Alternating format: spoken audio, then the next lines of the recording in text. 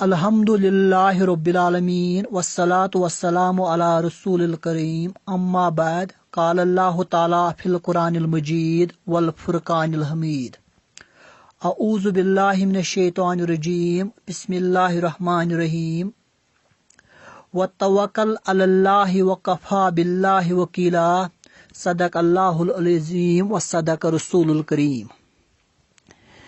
ارادے جن کے پختے ہو، نظر جن کی خدا پر ہو، تلا تم خیز موجوں سے وہ گھبرایا نہیں کرتے۔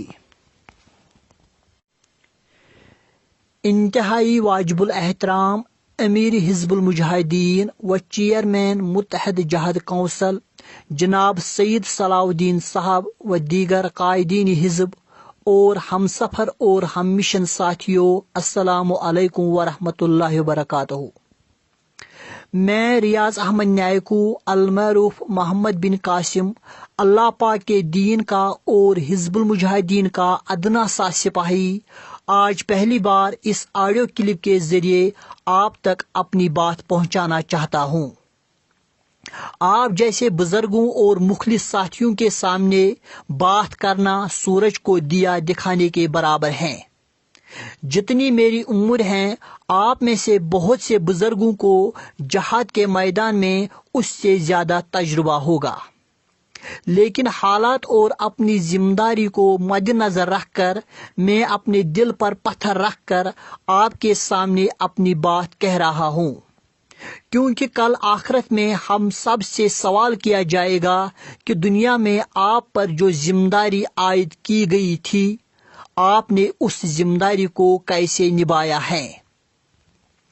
محترم بزرگوں اور عزیز ساتھیوں، آپ سب اس بات سے بخوبی واقف ہوں گے کہ دنیا کی تواریخ میں قوموں اور ملتوں کا عروج و زوال ایک حقیقت ہے، لیکن کسی قوم کا جبری قبضے کے تحت زندگی گزارنا صرف غلامی ہی نہیں بلکہ بد سے بدترین ضلالت کی زندگی بن جاتی ہے۔ جہاد کشمیر کی تواریخ سے آپ سب واقف ہیں۔ ہماری قوم کی بیش بہا قربانیاں اور مجاہدین کی بے لوث شہادتیں اس بات کی عکاسی کرتی ہیں کہ بھلے ہی ہم بھارت کے ظالمانہ و جابرانہ قبضے میں زندگی گزار رہے ہیں، مگر ہمارے عزائم بلند ہیں اور ہم نے ذہنی طور پر غلامی کو ہمیشہ مذہبی طریقوں سے رد کیا ہے۔ تحریک آزادی کے اس عظیم و مقدس سفر میں جہاں ایک طرف ہماری ماؤں بہنوں نے اپنی عصمتوں کو لٹتے ہوئے دیکھا ہے، وہی ہمارے بھائیوں نے ہمیشہ اپنے تازہ لہو سے اس تحریک کو تر و تازہ رکھا ہے۔ ہماری قوم کے ہر فرد بلا جواز نسل و رنگ، ذات، جنس، غریب و امیر، تاجر، ملازم، یعنی ہر ایک نے اس جدوجہد آزادی برائے اسلام میں اپنی جانی و مالی قربانیاں دے کر اس بات کو واضح کیا ہے کہ ہمیں ہندوستان کی غلامی منظور نہیں ہے۔ 1947 سے لے کر اس تحریک میں آج تک بہت سے موڑ آئے ہیں۔ 1990 سے شروع مسلح جدوجہد ہو یا 2008 سے شروع ہونے والی سول موومنٹ ہو، ہماری قوم نے ہر ایک طریقہ اختیار کر کے آخرکار یہ نتیجہ اخذ کیا ہے کہ مسلح جدوجہد کے بغیر ہندوستان کو اس سرزمین سے دھکیلنا مشکل ہے۔ 2016 سے اس تحریک نے ایک نیا رخ اختیار کیا ہے، جہاں ایک طرف جوانوں کا پرزور طریقوں سے مجاہدین کے صفوں میں شمولیت اختیار کرنا ناقابل تحسین ہے، وہی سویلین کا مجاہدین کی حمایت و امداد اور ان کی تحفظ کے لیے اپنی جانوں کا نذرانہ پیش کرنا بھی ایک تاریخی حقیقت ہے جو صرف جہاد کشمیر میں نظر آتا ہے۔ ساتھیوں کے اعتبار سے اور لوگوں کے سپورٹ کے اعتبار سے ہم بہت حد تک مطمئن ہیں۔ اب کسی بزرگ یا کسی ساتھی کے دماغ میں یہ سوال پیدا ہوگا کہ اگر آپ فیلڈ کے حوالے سے اتنے مطمئن ہو تو ہر روز یہ انکاؤنٹرز کیوں ہو جاتے ہیں؟ بھائیوں اور بزرگوں، جہاں حضرت محمد صلی اللہ علیہ وسلم نے اپنے دور میں سرزمین عرب کو منافقوں اور مفاد پرست لوگوں سے مکمل پاک نہیں کر سکے، وہاں ہم جیسے ناچیز اس سرزمین کو منافقوں اور غداروں سے کیسے پاک کر سکتے ہیں؟ یہ کاروان ایسا ہی چلتا رہتا ہے، لیکن اس وقت لوگوں کا سپورٹ اور مجاہدین کی قربانیاں دیکھ کر میں وثوق کے ساتھ کہتا ہوں کہ انشاءاللہ ہندوستان کو عنقریب کشمیر سے رسوا ہو کر نکلنا ہے۔ اس وقت ایسے باپ بھی موجود ہیں جو انکاؤنٹرز کے دوران اپنے بیٹوں سے کہتے ہیں کہ بیٹے گولی پیٹھ پر نہیں کھانا، گولی سینے پر کھانا۔ اور ایسے مائیں آج بھی موجود ہیں جو انکاؤنٹرز کے دوران اپنے بیٹوں سے کہتے ہیں کہ میرے بیٹے میں آپ سے راضی ہوں، سرنڈر نہیں کرنا، کیا آپ کے پاس سامان ہے دشمنوں سے ایک شیر کی طرح لڑنا؟ اور بیٹا خالی ہو کر بھی اپنی ماں سے کہتا ہے کہ ماں میرے پاس بہت سامان ہے، آپ صرف دعا کرو، اب انشاءاللہ آخرت میں ملیں گے۔ اور فیلڈ میں ایسے مجاہدین موجود ہیں جو پسٹل ہو کر یا SLR ہو کر دشمن سے ڈٹ کر لڑتے ہیں اور دشمن کی آنکھوں میں آنکھیں ڈال کر یہ کہتے ہیں کہ ہم عزت کی موت کو غلامی کی زندگی پر ترجیح دیتے ہیں۔ تحریک آزادی کو دبانے کے لیے جہاں بھارت نے ہمیشہ نئے نئے ہتھ کنڈے استعمال کیے ہیں، چاہے وہ اخوان کا وجود ہو یا سیاسی غداروں کا جنم ہو یا تحریک پسند لوگوں پر ظلم و زیادتی ہو یا شریعت یا شہادت کا جعلی نعرہ ہو، لیکن آج جو قوم شعوری طور پر تیار ہوئی ہے وہ اس سے پہلے کبھی نہیں تھی۔ ہمارا ایمان اور یقین ہے کہ جہاد کشمیر اپنے عروج پر ہے، لیکن جن کوتاہیوں کو دور کرنے کی ضرورت ہے ان پر ہمیں دھیان دینے کی ضرورت ہے۔ جن باتوں پر ہمیں دھیان دینے کی ضرورت ہے ان کو میں پوائنٹ بائی پوائنٹ واضح کرنا چاہتا ہوں۔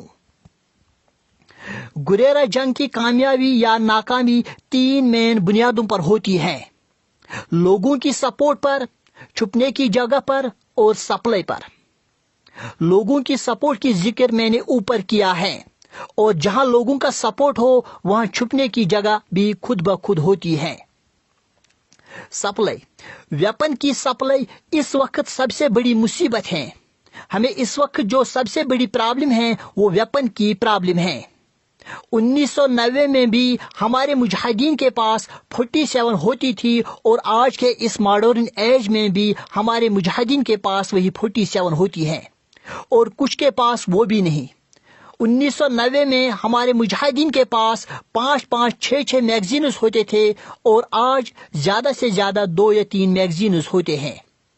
جہاں ایک طرف دشمن کی ٹیکنالوجی دن بہ دن بڑھتی جا رہی ہے اور جدید ہتھیاروں سے لیس ہوتے ہیں، وہاں ہمارے ویپنز بڑھنے کے بجائے گھٹتے ہیں۔ اس کے بارے میں ہمیں سوچنا چاہیے کہ ہماری ذمہ داری کیا ہے اور ہم کیا کر رہے ہیں۔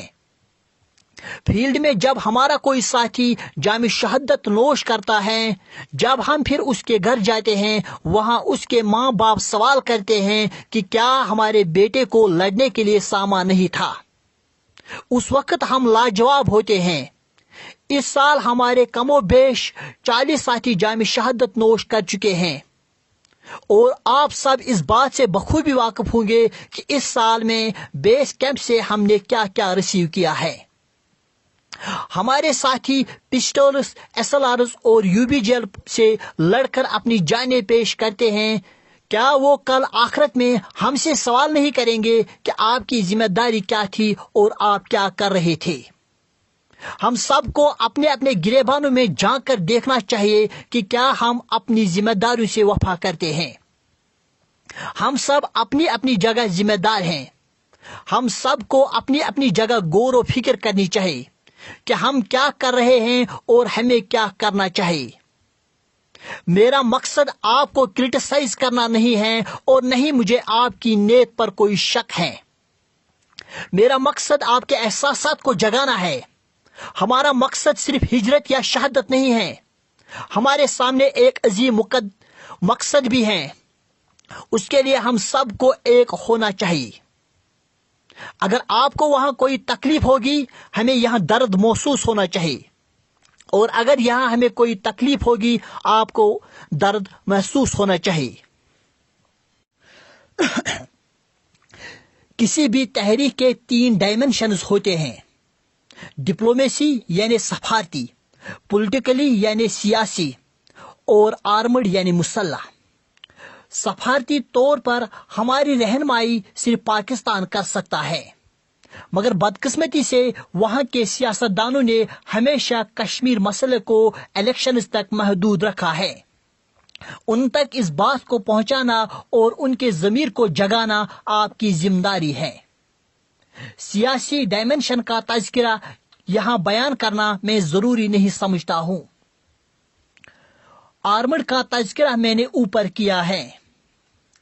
میڈیا، جہاں ایک طرف بھارت اور اس کی ایجنسیز نے پوری دنیا میں اپنی سفارتی طاقت کو استعمال کر کے دنیا کے بڑے بڑے صحافی اداروں میں اپنے لوگوں کو گھسا کر کشمیر کی تحریک کو یا تو بدنام کیا ہے یا اصلی حقیقت کو چھپانے کی کوشش کر رہے ہیں، وہیں پاکستان کے قومی اخبار بھی تحریک کشمیر کو سپیس نہیں دیتے ہیں، اور نہ ہی ان کا نیشنل میڈیا کوئی کوشش کر رہا ہے، اور حکومت آزاد کشمیر کی رہنمائی بھی مایوس کن ہے۔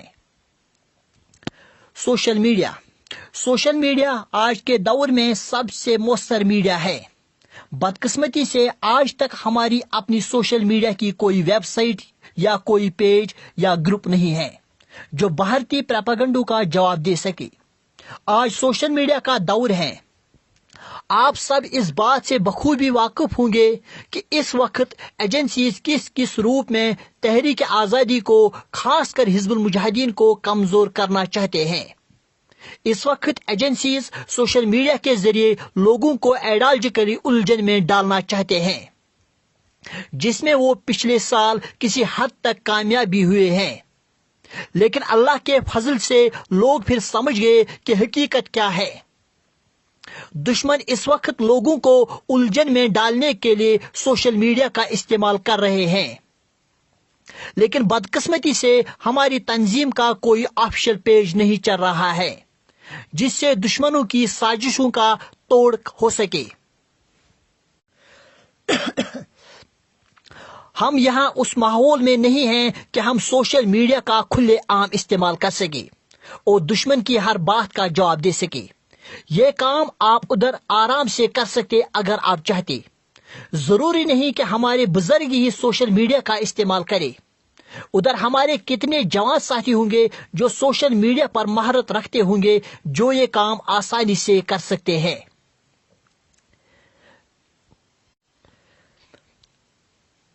بیس کیمپ کے بہت سارے ساتھیوں کو یہاں کے بہت لوگوں سے کنٹیکٹ ہیں، جن میں میکسیمم افراد ایجنسیز کے بندے ہوتے ہیں۔ ہمارے بیس کیمپ کے ساتھی ان کے باتوں پر یقین کر کے ان کو پھر فیلڈ کے ساتھیوں کے ساتھ کنٹیکٹ کرواتے ہیں، جس سے پھر نقصان اٹھانے کے ساتھ ساتھ فیلڈ کے ساتھی بیس کیمپ کے ساتھیوں کے بارے میں بدظنی کے شکار ہو جاتے ہیں کہ اس بندے کا کنٹیکٹ مجھے بیس کیمپ کے ساتھی نے دیا اور یہ غلط بندہ کیوں نکلا۔ میں بیس کیمپ کے ساتھیوں سے گزارش کرنا چاہتا ہوں، جب بھی فیلڈ کے کسی ساتھی کو کسی افراد کا کنٹیکٹ دو گے تو پوری تحقیق کر کے دینا، یا پہلے ہی ساتھی کو کہنا کہ احتیاط کرنا، میں اس کو زیادہ نہیں جانتا ہوں۔ محترم بزرگوں اور عزیز ساتھیوں، آخر پر میں آپ سب سے یہی کہنا چاہتا ہوں کہ اس عظیم اور مقدس مقصد کو پانے کے لیے آج تک کم و بیش 6 لاکھ فرزندان توحید نے اپنی جانوں کا نذرانہ پیش کیا ہے۔ ہزاروں کی تعداد میں ہمارے ماؤں بہنوں کی عصمتوں کو تار تار کیا گیا ہے۔ ہزاروں کی تعداد میں ہمارے معصوموں کو ہمیشہ کے لیے آنکھوں کی بینائی سے محروم کیا گیا ہے۔ ان قربانیوں کی لاج رکھنا ہمارا فرض بھی ہے اور قرض بھی ہے۔ اس مشن کو منطقی انجام تک پہنچانا ہماری ذمہ داری ہے۔ کامیابی اور ناکامی اللہ کے ہاتھوں میں ہے، ہمارے ہاتھوں میں کوشش ہے، لیکن یہ کوشش دل و جان سے ہونی چاہیے اور ہمیں اپنی ذمہ داری فرض سمجھ کر نبھانی ہوگی۔ ہم آپ کو پورے یقین کے ساتھ کہتے ہیں کہ کامیابی ہم سے دور نہیں ہے، یہ تحریک دن بدن مضبوط سے مضبوط تر ہوتی جا رہی ہے۔ ہندوستان کشمیر میں ہاری ہوئی جنگ لڑ رہا ہے۔ ہمارا اس بات پر کامل ایمان ہے کہ عنقریب ہم اپنے منزل مقصود کو پالیں گے انشاءاللہ۔ اللہ تعالی ہم سب کو سعادت کی زندگی اور شہادت کی موت عطا فرمائے۔ اللہ تعالی ہم سب کا حامی و ناصر ہو۔ وآخر دعوانا ان الحمدللہ۔